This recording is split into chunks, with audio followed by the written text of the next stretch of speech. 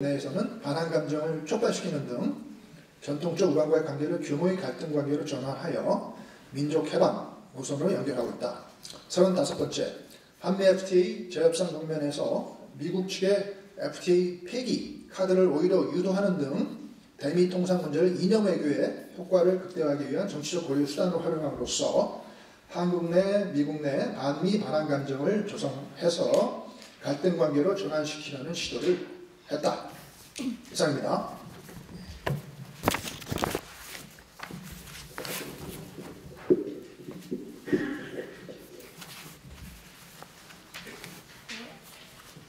안녕하십니까. 순천향의대 이은혜입니다. 경제 분야를 대독하겠습니다.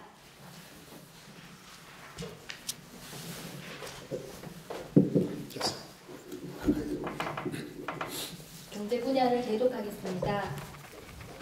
현 정권은 활동적 성장 대신 소득 주도 성장이라는 극단적이고 실험적인 정책을 채택함으로써 실업률 급증, 특히 30, 40대의 정규직 노동시장 붕괴, 내수 감소, 수출 부진, 경제 성장률 급속 하락, 투자 부진, 소득 격차 증가의 악순환을 초래했다. 37.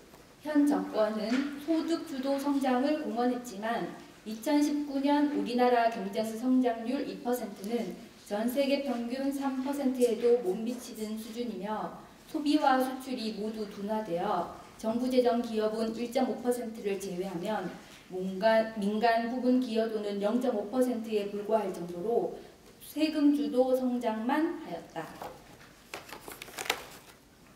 38. 현 정권의 소득 주도 성장 정책은 일자리를 전반적으로 감소시켰다. 특히 임금 수준이 높은 제조업과 금융업 등 양질의 일자리가 감소했고 비정규직과 정부 재정으로 만든 단기 일자리만 늘어나는 등 고용의 질도 하락했다. 또한 직원을 고용하지 않는 1인 사업 자영업자가 16만 명 이상 증가한 반면 직원을 고용하는 자영업자는 18만 명 이상 감소했으며 주요 4대 업종의 자영업 폐업률이 89%에 달했다. 39. 현 정권은 고용 문제 해결의 방안을 하나로 공무원을 포함한 공공부문 고용을 대폭 늘리고 있다. 그러나 한국은 유럽과 달리 의료와 교육의 상당 부분을 민간이 제공하고 정부는 가격 통제만 하는 방식이므로 공공부문 고용에 한계가 있음에도 불구하고 공무원 채용을 억지로 늘려 미래 세대의 부담을 가중시켰다. 40. 현 정권은 지난 3년간 최저임금을 급격히 올려 자영업 파탄, 청소년 아르바이트 일자리 급감, 중소, 중견기업 경영난, 대기업과 중소기업 간 임금 격차 심화 등을 야기했다. 최저임금 인상으로 인한 근로자의 소득 증가는 자영업자의 소득 감소로 바뀐 것에 불과한 정도로 정책 효과가 실종됐다. 41. 현 정권은 주 52시간 근무제를 강요하여 국민의 일할 자유를 박탈하였다. 근무시간 축소는 노동 투입 감소로 이어져 근로소득, 특히 저소득층의 근로소득과 국내 총생산의 감소만 초래했을 뿐 일자리 창출이나 삶의 질 향상으로 연결되지 않았다. 42. 현 정권은 역대 정부에서 볼 수 없는 확장적 재정 정책으로 지출을 크게 증가시켰다. 국내 총생산 대비 국가 채무 비율은 2017년 36%에서 2019년 37.1%로 증가했으며 국채 발행의 급격한 증가는 재정 건전성을 훼손하고 미래 세대를 약탈할 것이다. 43. 현 정권은 4대 강의 일부 녹조 현상을 빌미로 4대 강보 파괴를 시도했고 대기 오염을 핑계로 포스코 광양제철소와 현대제철의 고로 조업 정지를 시도했다. 현 정권의 환경 정책 방향은 과거의 봄 가뭄과 여름 홍수 상황으로 회귀하자는 것이며 국내 산업을 희생시켜 중국 기업에 유리한 경제 환경을 조성하는 것이다. 44. 현 정권은 부동산 가격을 잡겠다며 거래세와 보유세 인상, 주택 분양가 규제 등 18번의 대책을 내놓았다. 그러나 조세 수입만 증가했을 뿐 주요 목표였던 강남 4구의 주택 가격은 오히려 폭등했고 풍선 효과로 인해 전국의 주택 가격이 상승함에 따라 무주택 서민의 주택 마련을 아예 불가능하게 만들었다. 45.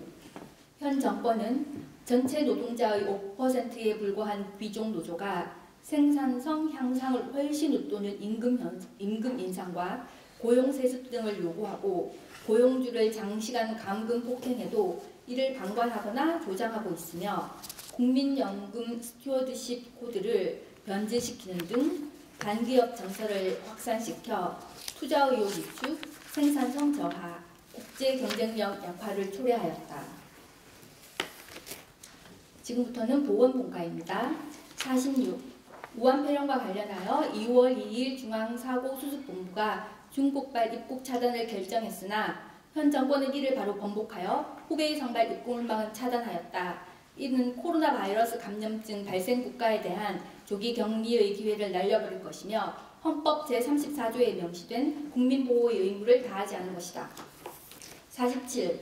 문 대통령은 중국과 운명 공동체라는 국민의식과 동떨어진 망상에 사로잡혀 전염병 방역의 기본인 감염원 발생국에 대한 입국을 차단하지 않아 대한민국과 중국을 바이러스 공동체로 만들었다. 그 결과 3월 18일 현재 총 84명의 국민이 코비드19로 사망하였으므로 정치 권력의 미필적 고의에 의한 살인 혐의를 조사해야 한다.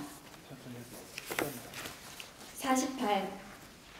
대한의사협회가 코비드19가 전국적으로 확산, 즉 지역사회 감염, 전국적으로 확산되기 전에 중국 전역에 대한 입국을 차단하라고 여러 차례 공고했지만 현 정권은 이를 묵살하였다.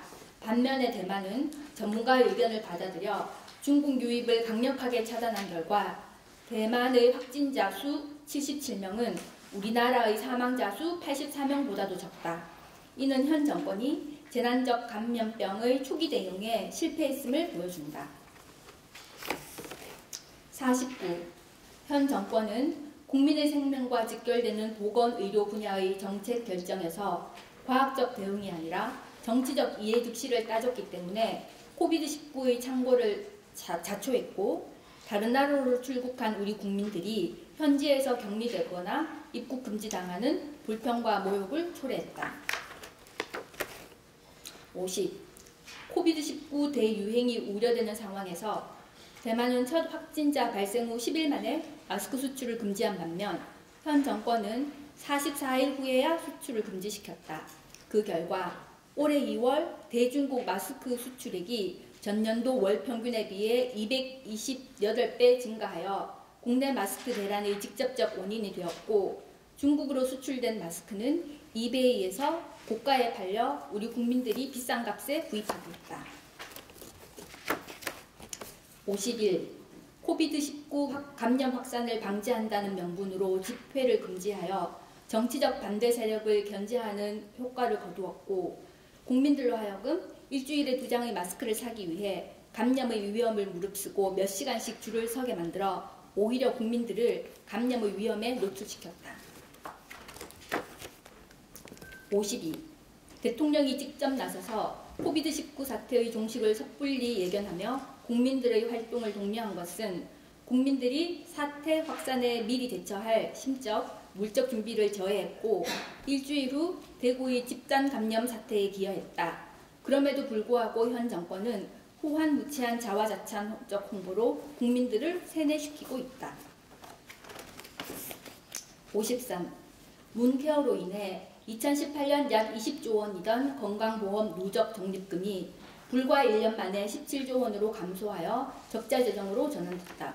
2022년까지 30.6조 원이 문케어에 소요될 것으로 예상되므로 건강보험의 누적 적립금은 2026년 9.7에서 35.4조 적자, 2030년에 117조 원의 적자가 발생하여 건강보험 재정이 파탄날 것이다. 54번. 문케어로 인해 국민들이 부담하는 건강보험료를 현재 1% 수준에서 매년 8%로 급격히 인상하지 않는다면 앞서 말한 누적 적립금 감소로 인해 보험 재정이 파탄날 수밖에 없다. 그럼에도 불구하고 현 정권은 국민들에게 문케어의 혜택만 강조할 뿐 보험료 인상과 급여 수가 정상화의 불가피성을 은폐하고 보건의료 전문가와 의료 현장의 목소리를 무시하고 있다. 이상입니다. 천천히 하시면 시간이 확보됐습니다. 안녕하십니까. 저는 카이스트 원자력 및 양자공학과의 성풍현 교수입니다. 저는 탈원전과 관련해서 문재인 정권의 문제점 10가지를 말씀드리겠습니다. 55. 현 정권은 수천억 원을 들여 성공적으로 수리한 월성 1호기를 기습적인 이사회를 통해 영구 정지시키고 원자력 안전법과 제도에 따라 진행 중이던 신한울 3, 4호기의 건설까지 중단시켰다. 국회가 감사원에 한국수력원자력의 월성 1호기 조기 폐쇄 결정에 관한 감사를 요구했음에도 불구하고 감사원은 감사기간을 재연장하는 등 국회법을 위반하면서까지 정부의 탈원전 정책을 밀어붙이고 있다. 56.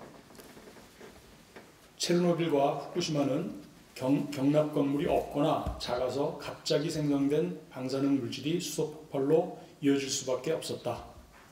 이에 비해 국내 원전은 경납 건물이 튼튼하게 만들어져서